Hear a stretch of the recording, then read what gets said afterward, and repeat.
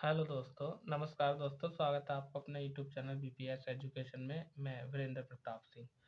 तो Allahabad high court के यदि हम सिलेबस की बात करें तो आप यहाँ पर देख पा रहे होंगे। इलाहाबाद हाई कोर्ट के सिलेबस की अगर हम बात करें तो इसमें जो है आपको 4 चीज़ें पूछी जाएँगी। हिंदी पूछी जाएगी, इंग्लिश पूछी जाएगी और जीके और मैथमेटिक्स, मतलब 25 नंबर का प्रत्येक पोर्शन, 25 की हिंदी, 25 की इंग्लिश, 25 का जीएस और 25 का मैथमेटिक्स।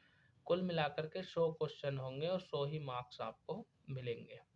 और यदि हम बात करें तो पहले आपका रिटन टेस्ट होगा और इस रिटन टेस्ट के लिए आपको 90 मिनट का समय मिलेगा, यानी 1.5 घंटे का टाइम मिलेगा।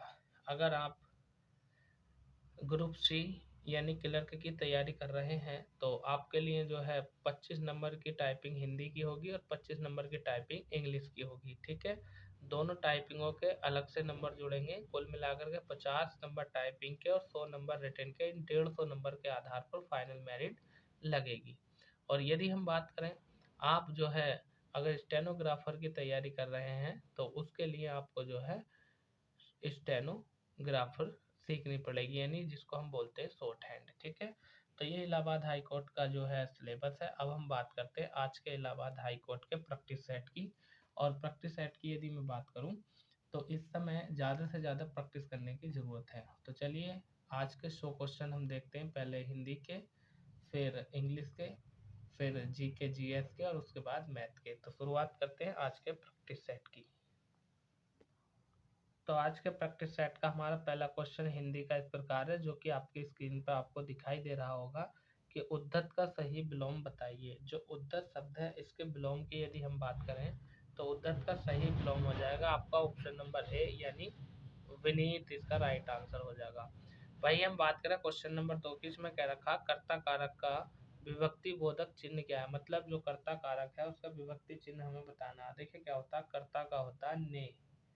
ठीक है, ऑप्शन नंबर सी आपका राइट आंसर हो जाएगा। यानी 8 कारक होते हैं, 8 कारकों के यदि हम विभक्ति चिन्ह की बात करें तो कर्ता ने कर्म को कर्ण से, संप्रदान के लिए अपादान से, अलग होने के लिए आता, संबंध काकी दादी रे होता, अधिकरण में पे पर होता है, संबोधन हे अरे भो होता है। ठीक है, तो ये 8 कारक होते हैं। ठीक है, और कर्ता कारक का विभक्ति चिन्ह होता है ने, कर्ता ने। आगे हम बात कर रहे हैं क्वेश्चन नंबर 3 की। इसमें कहा है पाहुन शब्द का पर्यायवाची बताइए। मतलब ये जो पाहुन शब्द दिया है इन 4 में से उसका पर्यायवाची कौन होगा, ये हमें बताना क्वेश्चन नंबर 3 में। तो पाहुन का पर्यायवाची होगा पत्थर। ऑप्शन नंबर बी आपका राइट आंसर हो जाएगा। क्वेश्चन नंबर 4 में कहा है पानी पीना होगा, मुहावरे का अर्थ है पानी, सॉरी, पानी पानी होना। पानी पानी होने का मतलब है लज्जित होना। ऑप्शन नंबर बी आपका राइट आंसर हो जाएगा, यानी शर्मिंदा होना या लज्जित होना। वह उसकी बात सुनकर पानी पानी हो गया। क्वेश्चन नंबर 5 की यदि हम बात करें तो 5 में कहा है कि मेरी उसने मेरी प्रार्थना मान ली। ठीक है, उसने मेरी प्रार्थना मान ली। इस वाक्य के रेखांकित शब्द में कौन सी संज्ञा है। देखिए, यदि हम बात करें प्रार्थना की तो प्रार्थना शब्द में जो संज्ञा है वो हमसे पूछा गया है। तो इसमें भाववाचक संज्ञा है, क्योंकि प्रार्थना एक भाव है जो मन के भाव से की जाती है। आगे हम बात कर रहे हैं क्वेश्चन नंबर 6 की। इसमें कहा है अनेक शब्दों के लिए एक शब्द बताइए जिस पर मुकदमा चल रहा हो। ठीक है, जिस पर मुकदमा चल रहा हो उसे क्या कहेंगे, तो उसे कहेंगे अभियुक्त। Option number C right answer हो जाएगा। क्वेश्चन नंबर 7 में कह रखा है आजीवन शब्द में कौन सा समास है। तो इसमें अव्ययीभाव समास है। ठीक है, जिसमें उपसर्ग लगे हुए होते हैं स्टार्टिंग में, उसमें अव्ययीभाव समास होता है। क्वेश्चन नंबर 7 का वी आंसर हो जाएगा। क्वेश्चन नंबर 8 की यदि हम बात करें तो इसमें कह रखा मन का फेर में कौन सा अलंकार है, यानी मन का फेर। इसमें अलंकार की यदि मैं बात करूं तो ऑप्शन नंबर डी, यानी यमक अलंकार आपका यहाँ पर राइट आंसर हो जाएगा क्वेश्चन नंबर 8 का। यानी इसमें मन का शब्द 2 बार आया है और दोनों बार शब्द के अर्थ भी भिन्न भिन्न है। इस बार यदि हम बात करें तो पहले का मतलब होता है मन और दूसरे का होता है गूंगा। ठीक है, तो इसलिए यहाँ पर यमक अलंकार होगा। क्वेश्चन नंबर 8 की 9 की हम बात कर रहे हैं। 9 में कहा है कि रजनी प्लस ईश संधि विग्रह किस संधि का उदाहरण है। तो रजनी प्लस ईस मिलकर क्या बनेगा, रजनीश। और रजनीश शब्द की यदि मैं बात करूं तो इसमें दीर्घ संधि होती है, यानी बड़ी ई बनती है। क्वेश्चन नंबर 10 में कहा है कि आविराम शब्द का सही अर्थ है। आविराम जो शब्द है इसका सही अर्थ क्या होगा, तो इसका सही अर्थ हो जाएगा निरंतर, मतलब जिसमें कोई विराम ना लगे। आगे हम बात कर रहे हैं क्वेश्चन नंबर 11 की। तो 11 में हमसे कहा है कि नीचे लिखे शब्दों में स्वर एवं मात्रा की दृष्टि से शुद्ध शब्द क्या होगा। स्वर और मात्रा की दृष्टि से शुद्ध शब्द की यदि मैं बात करूं क्वेश्चन नंबर 11 की, तो निर्लिप्त, option number C right answer इसका हो जाएगा। आगे चलते हैं दोस्तों, अगला है हमारा क्वेश्चन नंबर 12। क्वेश्चन नंबर 12 में ये कहा है अनेकार्थी शब्द यानी कुंडली के लिए निम्नलिखित में से एक अर्थ है। ये जो अनेकार्थी शब्द मतलब कुंडली, कुंडली का हमें अर्थ बताना है, इसमें से क्या होगा क्वेश्चन नंबर 12 में। तो कुंडली का अर्थ हो जाएगा आपका ऑप्शन नंबर पे इमरती, यानी वी राइट आंसर हो जाएगा इमरती। और इमरती शायद जलेबी की तरह खाने की एक वो भी होता है व्यंजन। क्वेश्चन नंबर 13 में कह रखा है निम्नलिखित में से शुद्ध वाक्य को चिन्हित कीजिए। मतलब ये 4 वाक्य लिखे हैं, इनमें से 3 गलत है, एक शुद्ध लिखा है। वो कौन सा शुद्ध लिखा आप जरा पढ़ कर देखो। चलिए मैं आपको टाइम दे रहा हूँ। क्वेश्चन नंबर 13 में मैंने तेरे को बोला था, गलत है। मैंने तुमको कहा था, ये गलत है। और सी की यदि हम बात करें तो इसमें कहा मैंने तुमसे कहा था, ये ही आपका सही ऑप्शन है। आगे हम बात कर रहे हैं क्वेश्चन नंबर 14, चौकी का तत्सम शब्द क्या होगा। मतलब जो चौकी है उसका तत्सम बताना हमें क्या होगा। तो चौकी का सही सही तत्सम होगा चतुष्पादी का, option number C right answer हो जाएगा। क्वेश्चन नंबर 15 में कहा है उपसर्ग कितने प्रकार के होते हैं, ये हमें बताना है। तो देखिए उपसर्ग की यदि हम बात करें क्वेश्चन नंबर 15 की, तो उपसर्ग जो है वो 3 प्रकार के होते हैं। आपका सी राइट आंसर हो जाएगा क्वेश्चन नंबर 15। कौन कौन से, संस्कृत के उपसर्ग होते हैं, हिंदी के उपसर्ग होते हैं, और वहीं हम बात करें तो विदेशी उपसर्ग होते हैं। 3 प्रकार के होते हैं। क्वेश्चन नंबर 16 की हम बात कर रहे हैं। 16 में कहा है कुछ लड़के जा चुके हैं, इस वाक्य में कुछ के विशेषण का भेद बताइए। तो देखिए कुछ है, लड़के जा चुके हैं, लड़कों की संख्या नहीं बताई, मतलब संख्यावाची है लेकिन निश्चित नहीं है, अनिश्चित है। तो 16 का आंसर हो जाएगा ऑप्शन नंबर डी, यानी अनिश्चित संख्यावाचक विशेषण। क्वेश्चन नंबर 17 में कह रखा है दोहा छंद का विपरीत कौन सा छंद होता है। मतलब जो दोहा होता है इसका विपरीत बताना है, कि दोहा का उल्टा होता है आपका सोरठा। क्वेश्चन नंबर 17 का आंसर हो जाएगा। क्यों, दोहा छंद का विपरीत सोरठा होता है। दोहा में पहले चरण में और तीसरे चरण में, पहले में 13, दूसरे में 11 मात्राएं होती हैं, और तीसरे और चौथे में, यानी पहले और तीसरे में 13 और 11, दूसरे और चौथे में, हाँ कुल मिलाकर 24 होती हैं, सही है। सोल्टा में भी 24 होती है, तो इसका उल्टा होता है, इसमें 13 11 होती हैं और सोल्टा में 11 13 होती हैं। आगे हम बात कर रहे हैं क्वेश्चन नंबर 18 की। इसमें कहा है निम्नलिखित में से कौन सा शब्द प्रभावी का विलोम नहीं है। मतलब जो प्रभावी शब्द दिया है ये आपको, इसका विलोम कौन सा नहीं है ये बताना है क्वेश्चन नंबर 18 में। तो प्रभावी का विलोम कौन सा नहीं है, ये उपयुक्त, उपर्युक्त, उपर्युक्त, ये आपका प्रभावी का विलोम नहीं है। बाकी तीनों ऑप्शन आपके प्रभावी के विलोम है। क्वेश्चन नंबर 19 की बात करते हैं। 19 में क्या कहा है, 19 में कहा है बह गया था, इस वाक्य में भूतकाल का भेद है, यानी बह गया था। अब देखो गया था भूतकाल की बात है, लेकिन भूतकाल का भी कौन सा भाग है ये हमसे पूछा है क्वेश्चन नंबर 19 में। तो ये पूर्ण भूतकाल है क्योंकि वह गया था। क्वेश्चन नंबर 20 की यदि मैं बात करूं तो 20 में हमसे पूछ रखा है कि मैं पढ़ रहा हूँ वाक्य वर्तमान काल के किस भेद का उदाहरण है। मतलब मैं पढ़ रहा हूँ तो ये बात चल रही है, अभी वो पढ़ रहा है, ये लगातार काम हो रहा है। तो क्वेश्चन नंबर 20 की यदि हम बात करें तो इसका जो राइट आंसर हो जाएगा वो हो जाएगा ऑप्शन नंबर सी, यानी तात्कालिक वर्तमान काल है, ये काम इसमें जारी है अभी भी। आगे बात करते हैं क्वेश्चन नंबर 21 की। क्वेश्चन नंबर 21 में कहा है कि विनय और व्यंग उपहास को व्यक्त करने के लिए किस विराम चिन्ह का प्रयोग किया जाता है। मतलब विनय और व्यंग उपहास को व्यक्त करने के लिए जिस विराम चिन्ह का प्रयोग किया जाता है उसकी यदि हम बात करें तो वह है विस्मयादि बोधक चिन्ह। ठीक है, विस्मयादि बोधक चिन्ह कैसे लगता है, मतलब ऐसे उल्टा आई बना देते हैं इस तरह से, ठीक है। ये होता है विस्मयादि बोधक चिन्ह। आगे हम बात कर रहे हैं क्वेश्चन नंबर 22 की। 22 में कहा है कि अपनी करनी पार उतरनी लोकोक्ति का अर्थ क्या है? तो अपनी करनी पार उतरनी लोकोक्ति का अर्थ होता है अपने किए का फल भोगना पड़ता है। ऑप्शन नंबर डी आपका राइट आंसर हो जाएगा। क्वेश्चन नंबर 23 की यदि हम बात करें तो 23 में कहा है विसर्ग का प्रयोग किन शब्दों में नहीं होता है? मतलब ये जो विसर्ग है इसका प्रयोग किन शब्दों में नहीं होता है, ये हमें बताना है। तो भैया तद्भव शब्दों में नहीं होता, तत्सम में भी नहीं होता, संकर में भी नहीं होता, मतलब डी आंसर हो जाएगा इसका ये सभी। प्रच्छन्न शब्द का विलोम है, ये जो प्रच्छन्न शब्द दिया है इसका विलोम कौन सा होगा ये पूछा गया है, तो प्रत्यक्ष होगा इसका विलोम, ठीक है। क्वेश्चन नंबर 25 की यदि हम बात करें तो 25 में कहा है कि राज्यपाल में कौन सी संज्ञा है? देखिए राज्यपाल तो बहुत होते हैं, अलग राज्य का अलग राज्यपाल होता है। इस समय 28 आपके राज्य हैं और 8 केंद्र शासित प्रदेश हैं, ठीक है। तो ये जो है किसी का नाम नहीं दिया है। राज्यपाल एक जाति है, महिला भी हो सकती है, पुरुष भी हो सकता है, कोई भी हो सकता है, ठीक है। तो देखिए 25 क्वेश्चन आपके हिंदी के खत्म हो गए हैं। अगला सेशन शुरू होता है 25 नंबर की इंग्लिश का। यदि हम बात करें तो पहला क्वेश्चन इंग्लिश का जो क्वेश्चन नंबर 26 पर है वो इस प्रकार है। इसमें करेक्ट पंचुएटेड का प्रयोग करना है हमें, सेंटेंस में कौन से में हुआ है ये बताना है। तो पंचुएट का मतलब होता है मतलब जिसमें वर्तनी के हिसाब से सही प्रश्न चिन्हों का प्रयोग किया गया है वो हमें बताना है। तो Virat do you follow me, Virat क्या तुम मुझे फॉलो कर सकते हो?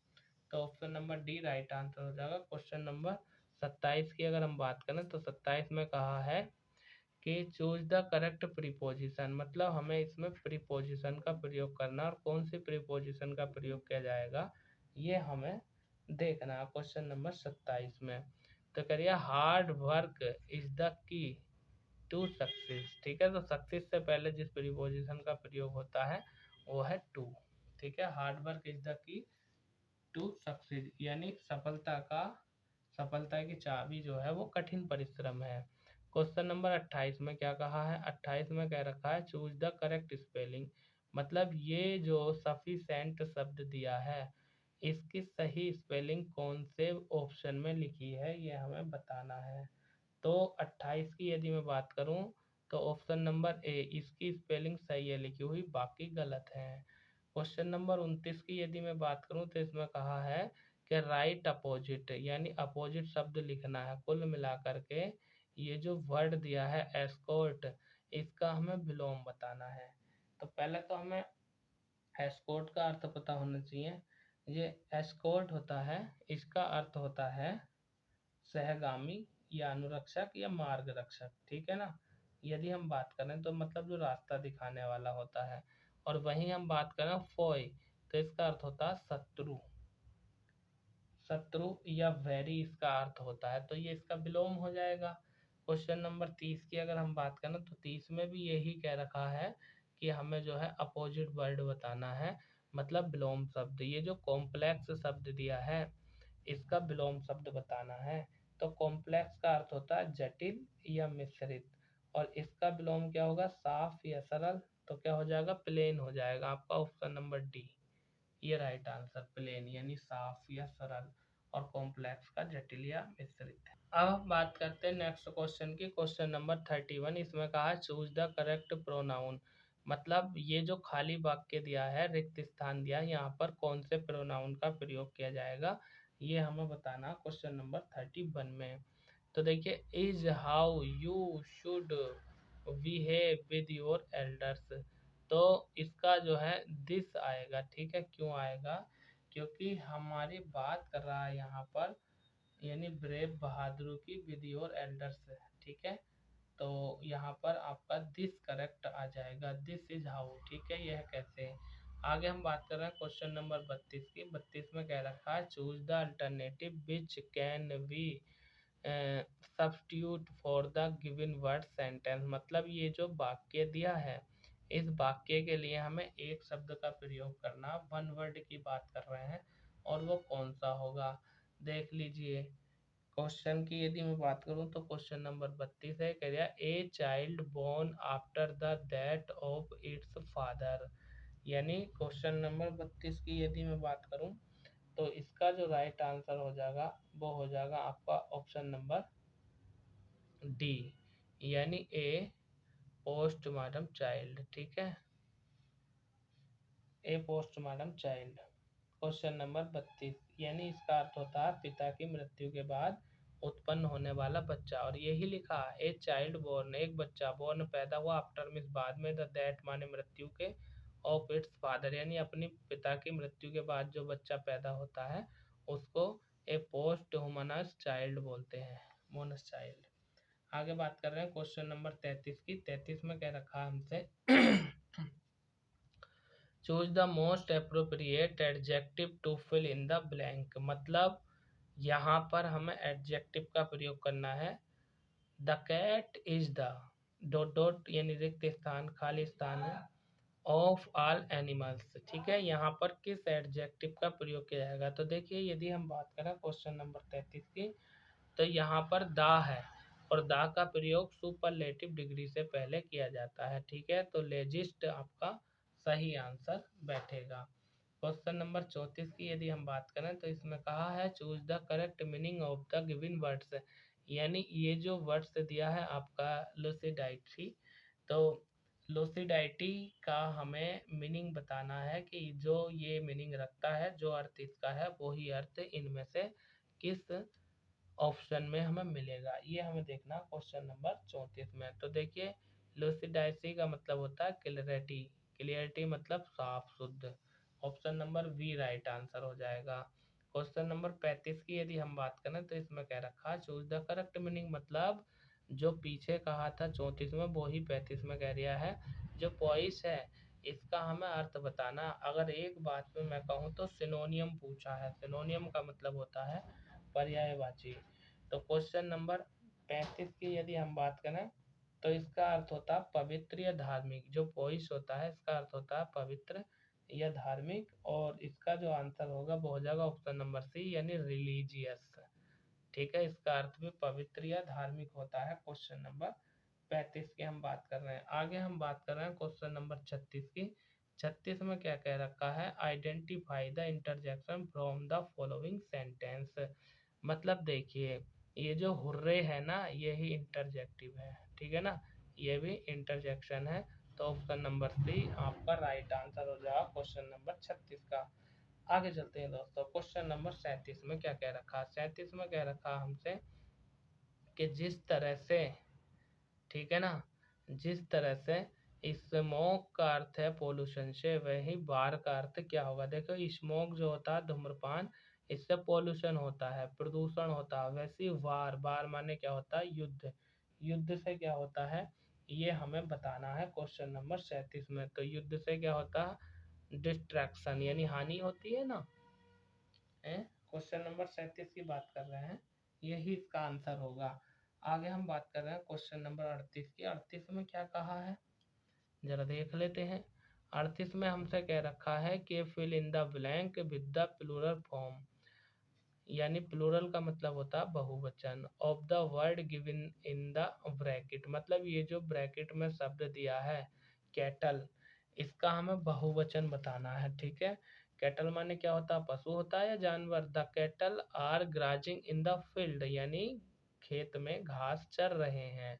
तो कैटल का बहुवचन की यदि मैं बात करूं तो इसका सही हो जाएगा ये कैटल।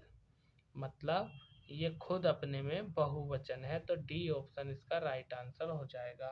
वही हम बात करें क्वेश्चन नंबर 39 की, यानी 39 की। 39 में क्या कहा है?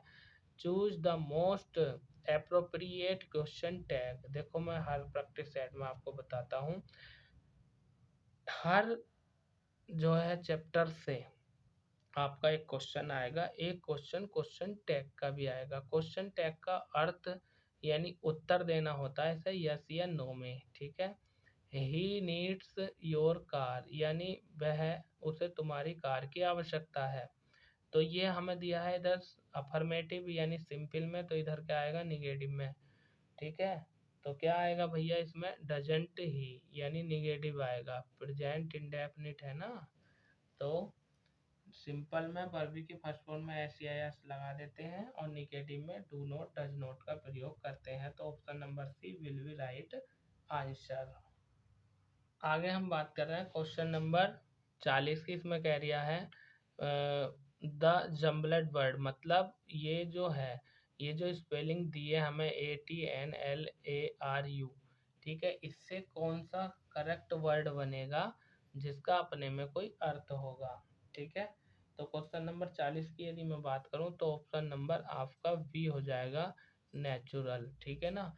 और नेचुरल का अर्थ होता है प्राकृतिक। आगे हम बात कर रहे हैं क्वेश्चन नंबर 40 की। इसमें क्या 41 की 41 में कहा choose the correct from the noun that suit the given sentence, मतलब ये जो सेंटेंस दिया है इसमें कौन सा नाउन का प्रयोग होगा हमें ये बताना है क्वेश्चन नंबर 41 में।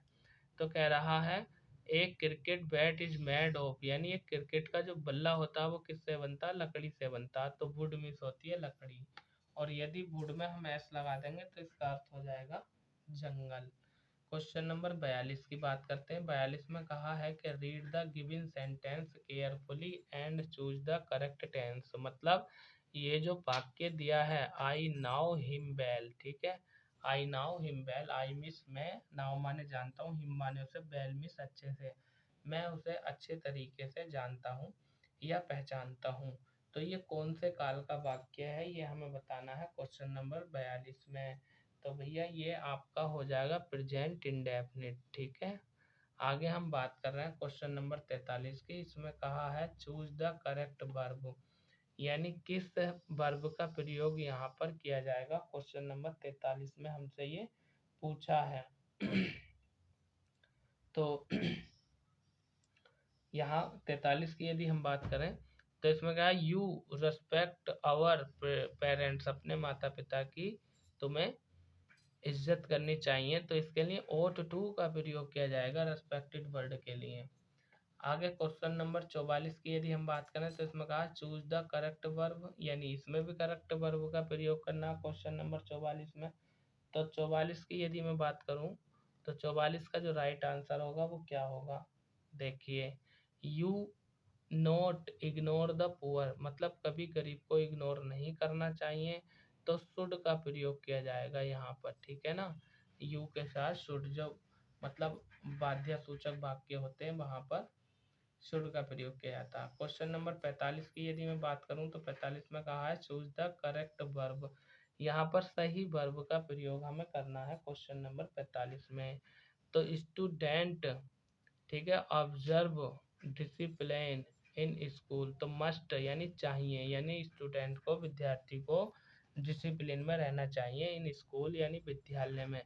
तो आवश्यकता के लिए मस्ट का प्रयोग किया जाता है।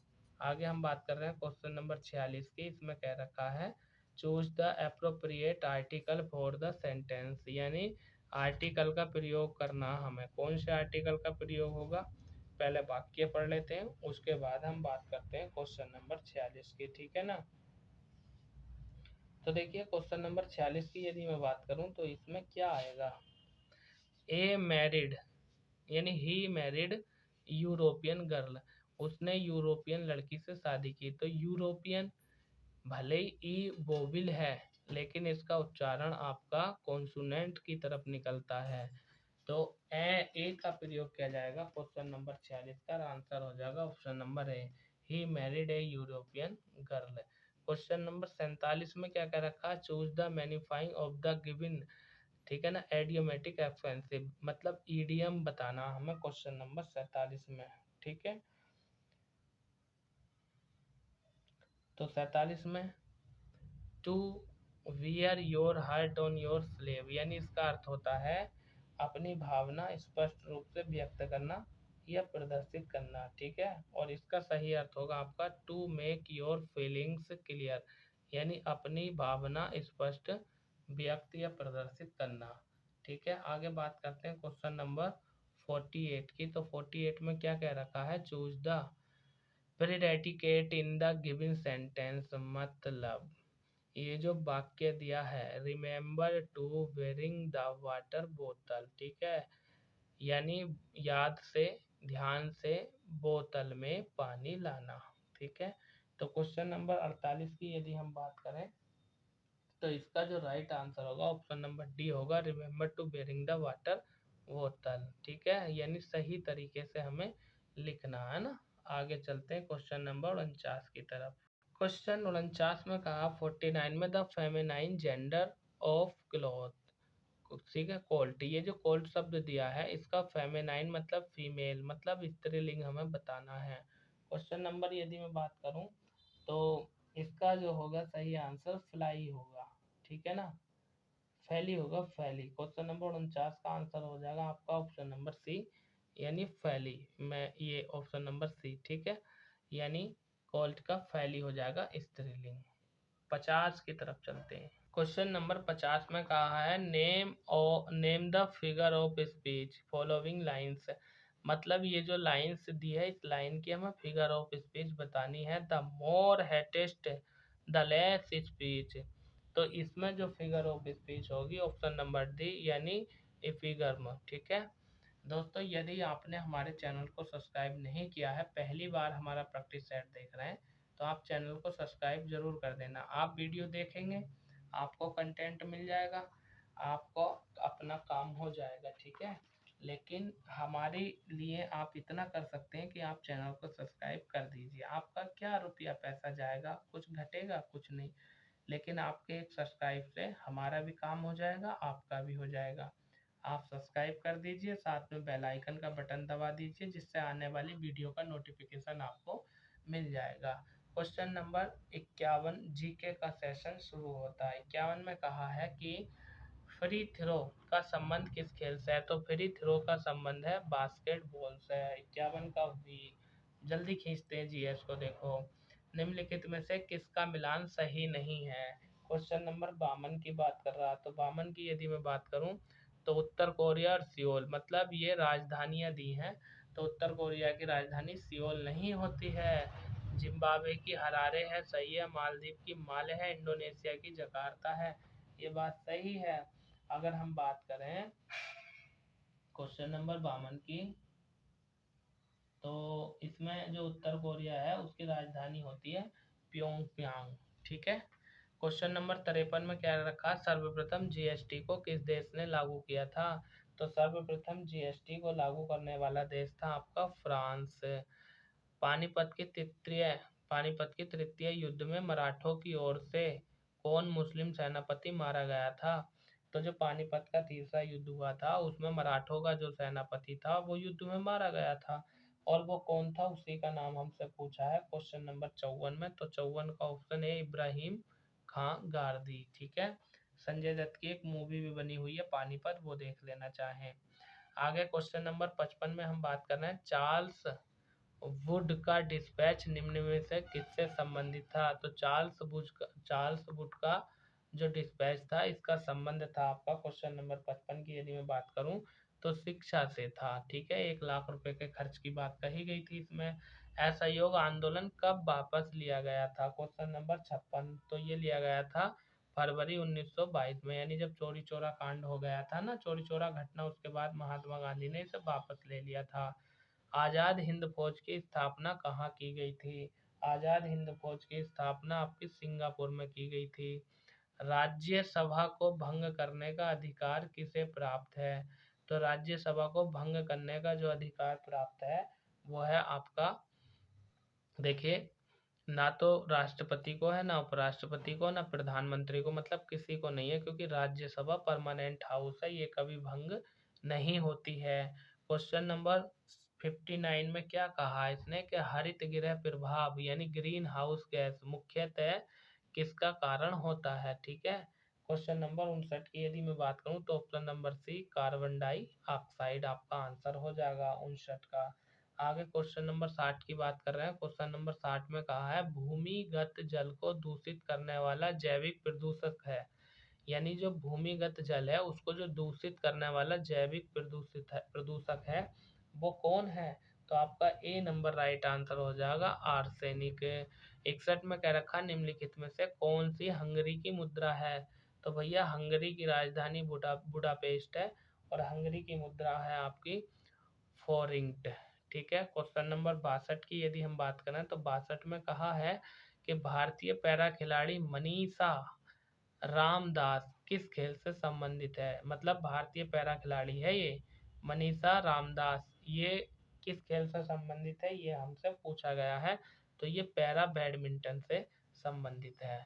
आगे चलते हैं। क्वेश्चन नंबर 63 में हमसे पूछा है मुस्लिम लीग ने पृथक पाकिस्तान का प्रस्ताव कब पारित किया था। मतलब मुस्लिम लीग ने कहा था हम अपना अलग राष्ट्र बनाएंगे जिसका नाम पाकिस्तान होगा, इसका प्रस्ताव कब रखा था। क्वेश्चन नंबर 63 की यदि हम बात करें तो 1940 में रखा था। और पाकिस्तान का बनने से पहले ही डॉक्टर अम्बेडकर ने एक पुस्तक लिख दी थी, थॉट ऑन द पाकिस्तान, मतलब पाकिस्तान बनेगा, पाकिस्तान पर विचार पुस्तक लिखी थी। क्वेश्चन नंबर 64 की यदि हम बात करें तो भारतीय संविधान का मेग्ना कार्टा किसे कहा जाता है। तो भारतीय संविधान का मेग्ना कार्टा कहा जाता है मूल अधिकार को। ऑप्शन नंबर मूल अधिकार कह दो या मौलिक अधिकार कह दो, वी को। आगे हम बात कर रहे हैं क्वेश्चन नंबर 65 की। इसमें कहा है सोडियम कार्बोनेट का साधारण नाम क्या है। तो सोडियम कार्बोनेट का साधारण नाम है आपका ऑप्शन नंबर ए, यानी खाने का सोडा या बेकिंग सोडा इसे कहा जाता है, सोडियम बाई कार्बोनेट को। क्वेश्चन नंबर 66 में कहा है भारतीय अंतरिक्ष अनुसंधान संगठन यानी इसरो का मुख्यालय कहाँ पर है। तो ये बेंगलुरु में है, जो कि कर्नाटक की राजधानी है। क्वेश्चन नंबर 67 की बात करते हैं। 67 में कहा खीस क्या है। ठीक है, यानी कोलेस्ट्रोम क्या है, ये हमें बताना है। तो कोलेस्ट्रम की यदि हम बात करें, खीस की यदि हम बात करें क्वेश्चन नंबर 67 की, तो इसका राइट आंसर हो जाएगा मादा के बच्चा देने के बाद का क्षरण। ठीक है। आगे हम बात कर रहे हैं क्वेश्चन नंबर 68 की। 68 में कहा सूरत किस नदी के किनारे बसा है। तो गुजरात का शहर सूरत है, ताप्ती नदी के किनारे बसा है। गांधी जी का चंपारण सत्याग्रह किससे जुड़ा था। तो गांधी जी का चंपारण सत्याग्रह की यदि हम बात करें तो ये तीन कटिया पद्धति से जुड़ा था, जो कि बिहार में हुआ था। और भारत में गांधी जी का ये पहला सत्याग्रह था, 1917 में हुआ था। लेकिन भारत का पहला था, अगर सबसे पहला पूछे तो 1906 में हुआ था साउथ अफ्रीका में। भारत में पहला 1917 में चंपारण में। बोस्टन चाय पार्टी की घटना का संबंध किससे था। बोस्टन चाय पार्टी की घटना का संबंध था आपका अमेरिका स्वतंत्रता युद्ध से, अमेरिकी स्वतंत्रता युद्ध से।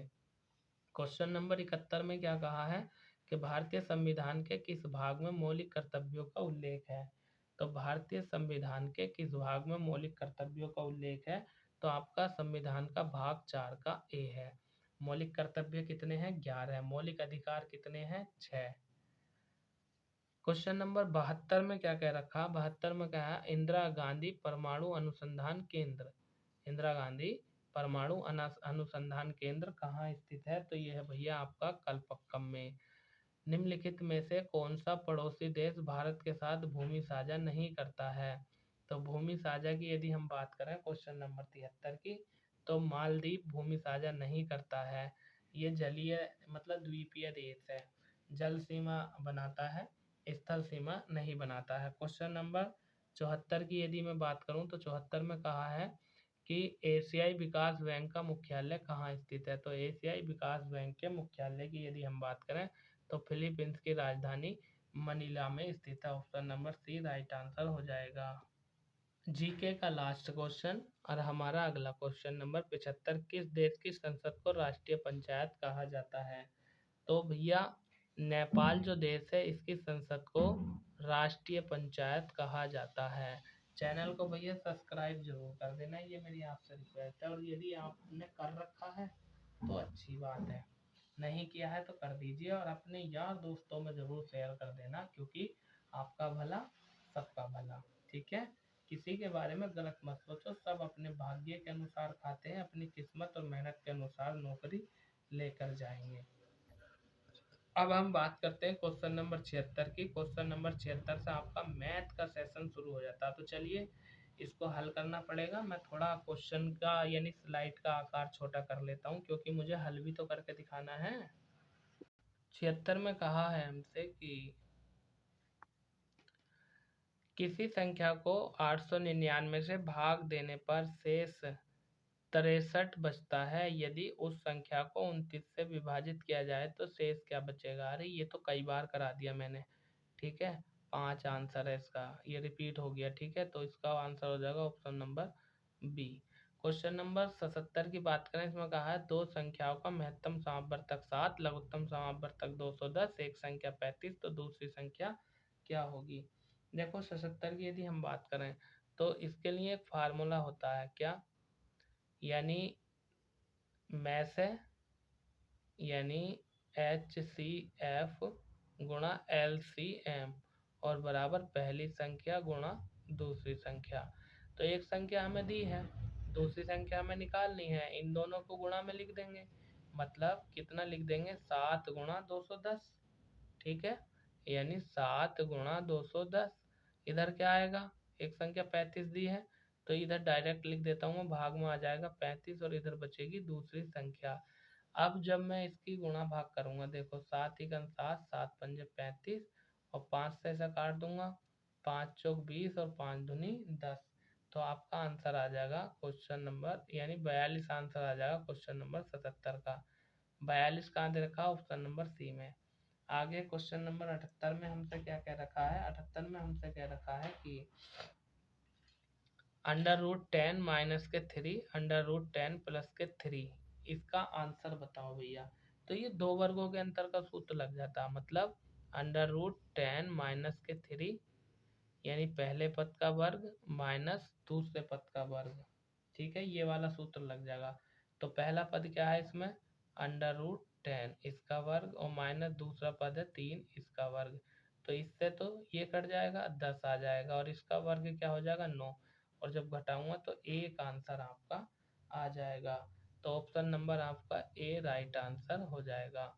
आगे बात कर रहे हैं क्वेश्चन नंबर 79। इसमें क्या रखा है? नीचे दी गई भिन्नों में से कौन सी भिन्न 13/19 के बराबर नहीं है, ये हमें बताना है।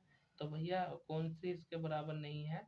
तो इसका जो राइट आंसर हो जाएगा क्वेश्चन नंबर 79 का, तो हो जाएगा ऑप्शन नंबर सी, यानी ये इसके बराबर नहीं है। ठीक है, आगे बात कर रहे हैं क्वेश्चन नंबर 80 की। क्वेश्चन नंबर 80 में कहा है एक वर्ग का विकर्ण √10 √2 सेंटीमीटर है, तो उसका परिमाप निकालिए। तो देखो पहले तो हमें वर्ग का विकर्ण दे रखा है इन्होंने। वर्ग के विकर्ण की यदि मैं बात करूं तो ये हमारे पास होता है √2 गुणा भुजा। ये होता है √2 गुणा भुजा, यानी कुल मिलाकर के 10 हमें दिया है और √2 ये हो गया। भुजा कितनी है? भुजा कुल मिलाकर के हमारी भुजा है 10 सेंटीमीटर। √2 तो इसमें आता ही है। हमसे पूछ रहा है वर्ग का परिमाप। तो वर्ग का परिमाप की यदि हम बात करें, परिमाप की, तो इसके लिए जो होगा मतलब 4 गुणा भुजा होता है। अब 4 तो है ही, भुजा कितनी है? 10 है, तो कुल मिलाकर के 40 आपका आंसर हो जाएगा। ऑप्शन नंबर बी इसका राइट आंसर हो जाएगा। क्वेश्चन नंबर 81 की यदि हम बात करें, 81 में कहा है, इसमें कह रखा है हमसे कि रोबिन एक पुराने घर को इतने रुपए में खरीदता है, इतने रुपए मरम्मत में लगाता है, यदि वह घर इतने रुपए में बेचे तो उसे लाभ कितना होगा? देखो भाई, इतने रुपए में खरीदा, 27,05,000 में खरीदा और 25,25,000 यानी 25,000 रुपये मरम्मत में खर्च कर दिए। तो कुल मिला के उसे घर कितने का बैठा? जितने का खरीदा, जितने की मरम्मत की, इन्हें दोनों को जोड़ दो और जोड़ने के बाद जितने में बेच रिया है उसमें से इसे घटा दो, तो आपका राइट आंसर हो जाएगा। यानी यदि मैं 27 और 25 को जोड़ूंगा तो मेरा आंसर हो जाएगा, यानी ये हो जाएगा 3, 1, 2, 3, 4, 5। ये हो जाएगा इकाई, दहाई, सैकड़ा, हजार, 10,000, लाख, 3 लाख। और वो बेच कितने का लिया है? 3,50,000 का। तो इसमें से मैं 3,50,000 घटा दूंगा, तो कुल मिलाकर उसका जो फायदा होगा वो होगा 50,000 का। ठीक है, अब हमसे ये कह दिया लाभ प्रतिशत पूछ लिया हमसे। तो लाभ प्रतिशत की यदि मैं बात करूं तो कैसे करेंगे? ये हो जाएगा आपका 50,000। ठीक है, लाभ प्रतिशत यानी 100 और बटे में कितने का खरीदा, कितने का हुआ था? वो 3 लाख का हुआ था। तो ये आपका हो जाएगा। अब यदि हम बात करें तो इस सबको जब काटेंगे 1, 2, 3 और ये हो गया 4, ये हो गया 5, गुना 1, 2, 3, 4 और 5, 5 ढाई 50, तो ये हो जाएगा 50/3। और जब मैं 50 को 3 से भाग दूंगा तो ये हो जाएगा 16.66%। ठीक है, तो देख लो कौन से ऑप्शन में है। ऑप्शन नंबर यानी आपका डी राइट आंसर हो जाएगा। क्वेश्चन नंबर 82 की बात करते हैं। 82 में क्या कह रखा हमसे, 82 में कहा है कि 840/x और 960/x दोनों धनात्मक पूर्णांक हैं और इसीलिए x भी है। x का अधिकतम संभव मान क्या होगा ये हमें बताना है। तो भैया x का अधिकतम संभव मान की यदि हम बात करें तो एक तरफ तो दे रखा 840, एक तरफ दे रखा 960, इनको घटा दो 120 आंसर आ जाएगा आपका ऑप्शन नंबर बी। आगे बात कर रहा क्वेश्चन नंबर 83 की। इसमें कहा है कि इसको मतलब ये सरल करने का, ठीक है, ब्रैकेट हटाओ, जोड़ घटा का सवाल है, ये आराम से हो जाएगा। ठीक है, आगे चलते हैं दोस्तों। क्वेश्चन नंबर 84 में कहा है हमसे कि 4 अंकों की वह छोटी से छोटी संख्या क्या होगी जो एक पूर्ण वर्ग होगी। ये तो रटा रटाया क्वेश्चन है, 1024 है। मतलब यदि हम बात करें विकल्प के अनुसार हो जाएगा, ये नहीं होगी, ये नहीं होगी, ये नहीं होगी। 1024 की यदि हम बात करें तो हमें ये भी पता है कि 1024 32 का वर्ग है, यानी 32 का स्क्वायर मैं करूं तो 1024। ठीक है, ये तो याद होना चाहिए, 32 35 40 तक वर्ग वर्गमूल याद होने चाहिए। क्वेश्चन नंबर 85 की यदि हम बात करें तो 85 में क्या कहा है। 85 में कहा है कि 3/4 को प्रतिशत के रूप में किस प्रकार व्यक्त करेंगे। तो 3/4 को प्रतिशत के रूप में देखो 3/4 और प्रतिशत के लिए गुणा 100 कर दूंगा, कितना हो जाएगा, ये हो जाएगा 25 और 25 दिया 75। तो मतलब आपका 75% आंसर आ जाएगा। ऑप्शन नंबर आपका डी राइट आंसर हो जाएगा। आगे बात कर रहे हैं क्वेश्चन नंबर 86 की। 86 में कहा है कि 8% वार्षिक ब्याज, 8% की वार्षिक साधारण ब्याज दर पर 5 वर्ष के लिए 1980 का ब्याज कितना होगा। इसमें कुछ मत करो, साधारण ब्याज मतलब सिंपल इंटरेस्ट का सवाल है। इसमें क्या आता, PRT/100। पी होता मूलधन, आर होता दर और टी होता टाइम। और ये सब कुछ हमें दिया है, कितना दिया है 1980 दिया है, गुणा आर का मान कितना दिया है 8%, गुणा टी का मान कितना दिया है 5 वर्ष, और सबके बटे कर दूंगा 100। देखो काट लो, 5 से काट लो, कितना आ जाएगा 5 दूनी 10, यानी 20 बार 20 पंजे 100 होता है। फिर 4 से काट लो, 4 से काट 4 पंजे 20 और 4 दूनी 8, और फिर 5 से इसे काटूंगा 1980 को, तो कुल मिलाकर के 792 मेरा आंसर आ जाएगा। ठीक है, आगे चलते हैं। नेक्स्ट क्वेश्चन है क्वेश्चन नंबर हमारा 87। 87 में क्या कह रखा भाई, जरा सुन लीजिए। 87 में कहा है कि इनमें से कितनी संख्याओं के इकाई के स्थान में अंक 6 रहेगा। ठीक है, तो कहने का मतलब ये है, क्वेश्चन नंबर 87 की यदि मैं बात करूं तो देखो यहाँ पर अगर हम बात करते हैं 4 का वर्ग करते हैं तो 16 आ जाता है, 6 का वर्ग करते हैं 36 आ जाता है। तो कुल मिलाकर के यदि मैं बात करूं तो 4 संख्याओं का वर्ग में आपका इकाई का अंक कितना आ जाएगा 6 रहेगा। अब वो 4 संख्याएं कौन कौन सी है, यानी कुल मिलाकर के आंसर तो पूछा 4 हो जाएगा, 24 हो जाएगा, 26 36 और 34 ये हो जाएंगे। ठीक है, आगे बात करते हैं क्वेश्चन नंबर 88 के बारे में। देखो 88 में कहा है 1 लीटर का कौन सा मान दशमलव भिन्न में 40 मिली होगा। अरे भैया इसमें क्या करना है, जो 40 है इस 40 को 1000 से भाग दे दो, और जब 40 को 1000 से भाग दोगे तो 0.04 आपका आंसर आ जाएगा। ठीक है, तो आपका होगा ऑप्शन नंबर बी आंसर। ये करिए 15:x समानुपात 5:y हो तो x/y कितना होगा, ये हमें बताना है। कुछ मत करो, 15 दिया है इसके बटे में x रख दो। क्वेश्चन नंबर 89 की हम बात करते हैं, कितना हो जाएगा 15/x हो जाएगा। ठीक है, और इधर हम बात करें तो 5/y हो जाएगा। ठीक है, बराबर 5/y हो जाएगा। अब कैसे करेंगे हम, इधर कर लो क्रॉस मल्टीप्लाई कर लो, इधर हो जाएगा 15/5 और इधर हो जाएगा आपका बाई एक्स बटे बाई। अब देख लो किसका क्या मान है, इसे हल कर लो। 5 एकन 5 और 5 दिया 15, तो कुल मिलाकर के 3/1 आ गया और इधर आ गया एक्स बटे बाई। तो एक्स का मान 3 आ गया, बाई का मान 1 आ गया। ठीक है, बाद में से कैसे लिख देंगे, 3:1 लिख देंगे, यही आपका राइट आंसर है। 3:1, ऑप्शन नंबर सी आपका राइट आंसर हो जाएगा।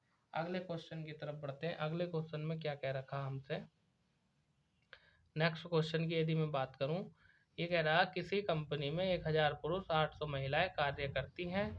60% पुरुष और 50% महिलाएं कार्य छोड़कर चले जाते हैं। अब कंपनी में कार्य करने वाले कर्मचारियों का प्रतिशत कितना है। देखो भाई कैसे करेंगे मतलब 1000 पुरुष हैं, 800 महिलाएं हैं, 60% पुरुष चले गए तो कितने बचे, 40% पुरुष। 50% महिलाएं चली गई तो कितने बचे, 50% महिलाएं। वही तो काम करने वाले हैं, यानी 1000 पुरुष है, 1000 का मैं 60% करूँगा तो कुल मिलाकर के 400, मतलब अरे 60 मतलब 600 चली गई तो 400 कितने बचे, पुरुष बचे। और महिलाएं आधी चली गई, 50% का मतलब आधा होता है, तो 800 महिलाओं में से 50% चली गई तो कितनी महिलाएं बची, 400 महिला बची। ठीक है ना, 400 महिला, कुल मिलाकर 400 पुरुष बचे, 400 महिलाएं बची। ठीक है, तो हमसे पूछा काम करने का प्रतिशत। देखो महिला कितनी, 400, पुरुष कितने, 400, और टोटल है कितने, मतलब 1000 तो पुरुष हैं और 800 महिलाएं हैं, और गुणा कितना कर दूंगा, 100। इसको हल कर लो, आपका आंसर आ जाएगा।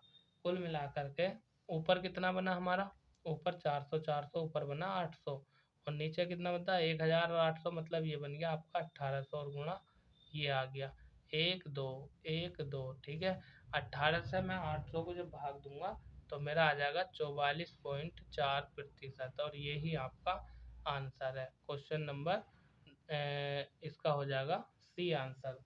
91 की यदि हम बात करें तो 91 में आपको सरल करना और कुछ नहीं करना। ठीक है, इन दोनों की गुणा करके, इन दोनों को गुणा करके घटा दो, आंसर आ जाएगा। आगे चलते हैं दोस्तों, क्वेश्चन नंबर 92, इसमें क्या रखा है, सबसे बड़ी 4 अंकों वाली संख्या क्या है जो 15, 25 और 35 में से प्रत्येक द्वारा विभाजित करने के योग्य है। तो भैया कुछ मत करना, क्वेश्चन नंबर 92 की यदि हम बात करें तो इनका सबका लैसा निकाल लेना, और 15, 25, 35 के लैसा की यदि मैं बात करूं तो इसका जो लैसा आएगा, हाँ इसका लैसा निकाल देना 92 का, तो लैसा आएगा इसका 525, और 525 जो है 4 अंकों की बड़ी संख्या में से उसे भाग दे देना, तो लगभग 9975 आंसर आ जाएगा आपका। कहाँ है 9975, ऑप्शन नंबर ए। देखो इसको भी हल करना है, आराम से कर लेना, आराम से, बहुत इजी तरीके से आपका ये हो जाएगा। ठीक है, क्या करेंगे, 999 को 999 से काट देना, बाकी इन दोनों का कर लेना सही से। चलिए अगले क्वेश्चन की बात करते हैं, क्वेश्चन नंबर 94। इसमें क्या रखा, इतने इतने इतने का मान ज्ञात करो। अरे भैया जोड़ने का सवाल है, अगर जोड़ना भी आपसे नहीं आता तो बड़ी बेकार बात है, जोड़ तो लोगे ही, इस सबको जोड़ कर हल कर देना, आंसर आ जाएगा। आगे हम बात कर रहे हैं क्वेश्चन नंबर 95 की। 95 में क्या कह रखा है कि एक परीक्षा में कुल विद्यार्थियों के 65% उत्तीर्ण हुए, और यदि अनुत्तीर्ण विद्यार्थियों की संख्या 420 है तो कुल विद्यार्थियों की संख्या कितनी है, हमें बताना। क्वेश्चन नंबर 95 में देखो, अनुत्तीर्ण विद्यार्थियों का प्रतिशत निकाल लो। अनुत्तीर्ण देखो, उत्तीर्ण कितने हुए, 65% उत्तीर्ण हुए, तो अनुत्तीर्ण निकाल लो। अनुत्तीर्ण का मतलब होता है फेल होने वाले, कितने बचे, 35% फेल हो गए, 65% पास हो गए। ठीक है, और यदि मैं बात करूं तो कुल विद्यार्थियों का हमें पता नहीं है कितने हैं, कुल विद्यार्थी में मान लेता हूँ। देखो ये जो एक्स हैं इसमें से कितने पास हुए, यानी 35% उत्तीर्ण हो गए, और इनका मान कितना दे रखा है, 420।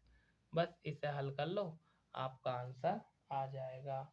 कैसे करेंगे हम, इतना तो हल हो ही जाएगा, नहीं होगा कैसे, देखो एक्स तो रख लो इधर ही, इसकी गुणा इधर हो जाएगी, मतलब ये दिया 420, 2 जीरो इधर जाके लग जाएंगे, और बटे में कितना आ जाएगा, 35। जब 35 से मैं 42,000 को भाग दूंगा तो x का जो मान आएगा वो हमारा कितना आ जाएगा, 1200 आ जाएगा। और यही हमारा आंसर है, ऑप्शन नंबर बी में है। यदि दो संख्याओं का अंतर 3 है, उनके वर्गों का अंतर 39 है, तो बड़ी संख्या क्या होगी? क्वेश्चन नंबर 96 में। अरे भैया देखो, एक तो दिया है 96, एक तो दिया है आपका, यानी दो संख्याओं का अंतर, एक को x मान लो एक को y मान लो, कितना दिया है 3, समीकरण 1। अब समीकरण 2 क्या दिया है, उनके वर्गों का अंतर 39 है, तो एक को मान लो एक्स स्क्वायर, एक को मान लो वाई स्क्वायर, और कितना दे दिया 39। दोनों समीकरणों को हल कर लो, आपका आंसर आ जाएगा। ठीक है, 8 आएगा आंसर। क्वेश्चन नंबर 97 की बात करते हैं। 97 में क्या कह रखा है?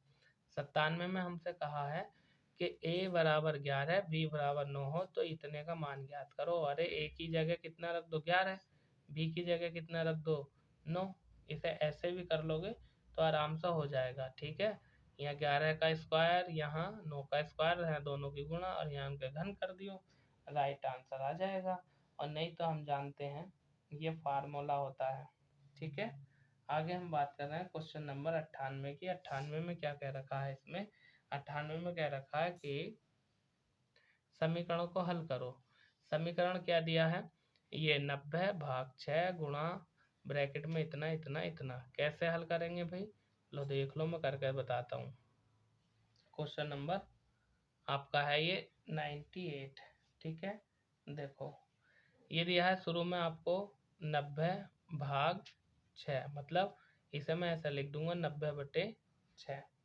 ठीक है, आगे देखो क्या दिया है, ये दिया है 24 - 8 भाग 4। ठीक है, तो जब मैं इसकी यदि बात करूं तो इसे मैं कैसे लिख लूंगा? इसे लिख लूंगा गुणा करके, यानी ब्रैकेट के अंदर 24 और -8/4। 8/4 का मतलब ये है, जब मतलब वो देखो 8/4 लिख ही देता हूँ। ठीक है, इसके बाद यदि हम बात करें तो बाद में दे रखा भाग 3, और इस सब का मान हमें बताना है। ठीक है, चलिए कैसे करेंगे। अगर मैं इसे काटूं 6 से तो 15 बार कट जाएगा, क्योंकि 15 छक्का 90, 15 गुणा। अब इसको यदि मैं हल करूंगा तो इसका एलसीएम लूंगा मैं, या ऐसे कर लो 4 एकन 4, 4 दूनी 8, और ये 22 में 24 में से 2 घट जाएगा तो कितना बचेगा? 22 बचेगा। ठीक है, और भाग में कौन चल लिया है? 3, तो यह आ जाएगा 15 गुणा 22 और बटे 3। ठीक है, अब जब मैं इसे काटूंगा 3 से, 3 पंजे 15, अब क्या बचा? 5 गुणा 22 बचा। अब 22 पंजे कितने होते हैं? 22 पंजे 110 होते हैं, और यही हमारा आंसर है, option number C. Question number 99 में क्या कह रखा है? 99 में हमसे कहा है कि 8% वार्षिक साधारण ब्याज की दर पर 1500 का 4 वर्ष का ब्याज क्या होगा? ठीक है, सिंपल इंटरेस्ट का सवाल है, साधारण ब्याज का। इसका फार्मूला क्या होता है? PRT/100। ठीक है, अब सबके मान रख दो। इसका P का मान कितना दिया है? 1500, R का मान कितना दिया है? 8, और T का मान 4, और सबके बटे 100। देखो 1 2 1 2, सबके गुणा कर दो, 15 अट्ठे 120, और 120 चौका कितने होते हैं? यानी ये हो जाएगा 12 चौक 48, कुल मिलाकर के 480 आपका आंसर आ जाएगा। 480 ऑप्शन नंबर बी में है। क्वेश्चन नंबर 100 की अगर मैं बात करूं तो क्वेश्चन नंबर 100 में क्या कहा है भैया? जरा ध्यान दीजिए। क्वेश्चन नंबर 100 में हमसे कह रखा है 6, 8 और 12 का चौथा अनुपात है। मतलब जो 6, 8, 12 है, इसका चौथा अनुपात क्या होगा? देखो कैसे लिखेंगे हम, लिख लेंगे 6:8। ठीक है, समानुपात 12, और अनुपात मान लिया चौथा हमने x। ठीक है, तो कैसे करेंगे हम? इसे लिख लेंगे 6/8, और इसे लिख लेंगे 12/x। ठीक है, अब देखो इसकी गुणा इसमें हो जाएगी, इसकी गुणा इसमें हो जाएगी, कुल मिलाकर के x बराबर हो जाएगा 12 गुणा 8, और इसके बटे आ जाएगा 6। 6 एकन 6, 6 दूनी 12, और 8 दूनी 16, मतलब x का मान कितना आ गया? 16 आ गया। और 16 हमें कहाँ दे रखा? ऑप्शन नंबर ए में दे रखा है। ठीक है दोस्तों। तो कुल मिलाकर के 50 मिनट में हमने इलाहाबाद हाई कोर्ट का पूरा प्रैक्टिस सेट निकाल दिया है। इसमें आपका 25 नंबर की हिंदी, 25 नंबर का अंग्रेजी, 25 नंबर का जीके जीएस और 25 नंबर का मैथ, ये हमने पूरा हल कर दिया है 1 घंटे से भी कम समय में। और वो तो आज मैंने स्पीड बहुत कम रखी है, आप रोज़ प्रैक्टिस सेट देख रहे हैं तो आपको मेरी स्पीड का पता होगा। ठीक है दोस्तों, यदि ये वीडियो आपको पसंद आया हो तो चैनल को सब्सक्राइब ज़रूर करना, और वीडियो का link WhatsApp, Facebook, Instagram, Snapchat जो भी आप चलाते हैं सब पर शेयर कर दो, क्योंकि मुझे ज़रूरत है सब्सक्राइबर की। बस थोड़े से सब्सक्राइबर और चाहिए और फिर अपना काम चलने लगेगा। ठीक है, अगर ये वीडियो आपको पसंद आया हो तो लाइक भी ज़रूर कर देना। इलाहाबाद हाई कोर्ट की यदि हम बात करें तो इसकी डेट आने वाली है और आपको फिर टाइम नहीं मिलेगा तैयारी करने का, अभी से लगे रहो। ठीक है, यदि हम बात करें इलाहाबाद हाई कोर्ट के पेपर की तो भैया इसमें जो है कुल मिलाकर के 3300 कुछ पद हैं, 517 हिंदी के स्टेनो के हैं, 1000 कुछ करके क्लर्क के हैं। क्लर्क के लिए यदि टाइपिंग आप नहीं कर रहे हैं तो आप गलती कर रहे हैं, टाइपिंग करना शुरू कर दीजिए। और स्टेनोग्राफर के लिए शॉर्ट हैंड आएगी, तो शॉर्ट हैंड अगर आप नहीं कर रहे हैं तो वो भी करना शुरू कर दीजिए। ड्राइवर के लिए बाद में ड्राइविंग टेस्ट होता है रिटन पास करने के बाद, और चपरासी की भी इसमें भर्तियां हैं। चपरासी के लिए केवल रिटन है और कुछ नहीं है, और इसी तरह से आएगा आपका रिटन का पेपर। ठीक है, मैं वीरेंद्र प्रताप सिंह स्वागत करता हूँ आपके अपने यूट्यूब चैनल वीपीएस एजुकेशन में। अब next video next practice set में आपसे मुलाकात होगी, तब तक के लिए शानदार, जबरदस्त, जिंदाबाद, धन्यवाद।